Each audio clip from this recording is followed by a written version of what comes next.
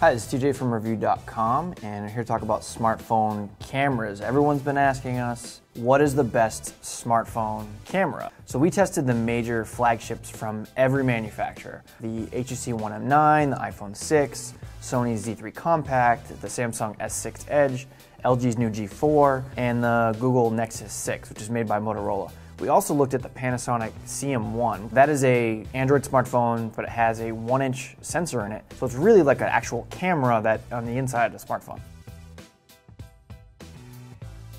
So after all of our image quality testing, far and away the best camera that is in a smartphone is the Panasonic CM1. The reality is this is really a point and shoot that runs Android, and not really what you think of when you think of a smartphone. Certainly not in 2015. I mean, this thing is a brick. It's really what you want if you want a camera first and foremost that happens to be a smartphone, not if you want a great smartphone camera. Of the smartphones that are traditional smartphones, the best camera that we found is the S6 Edge and the G4. It's a bit of a tie. It's honestly because they serve very different audiences. If you want to pick up the G4, you'll find it's got very good image quality. It's a little noisy in low light, but it has raw shooting. It's got a slightly better lens for low light, and it goes up to ISO 1600. The S6 is better if you're more just a person who likes to take snapshots. You take a little bit of control, you like to play with some of the funky modes, but in reality, you just want a camera that you can quickly snap off good photos whenever you see the opportunity. But Samsung, to this point, isn't allowing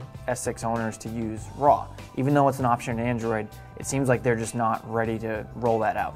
Maybe they're waiting for a new phone, maybe they're waiting for some better software, we don't really know. But for right now, it's still a tie for that reason.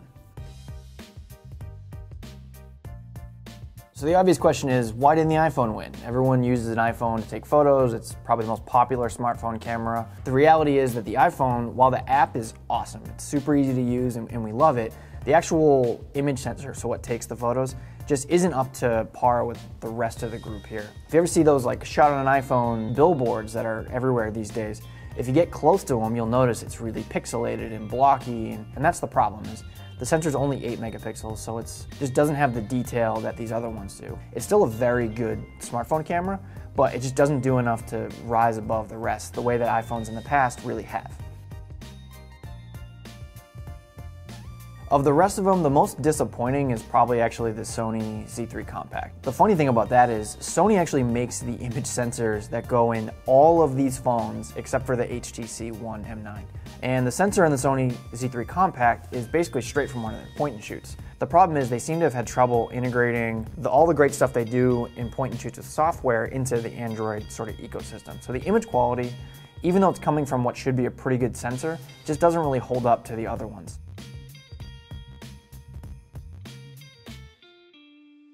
More than anything, I think the thing that impressed us the most, though, is just how much smartphone cameras have grown over the last 18 months to 2 years.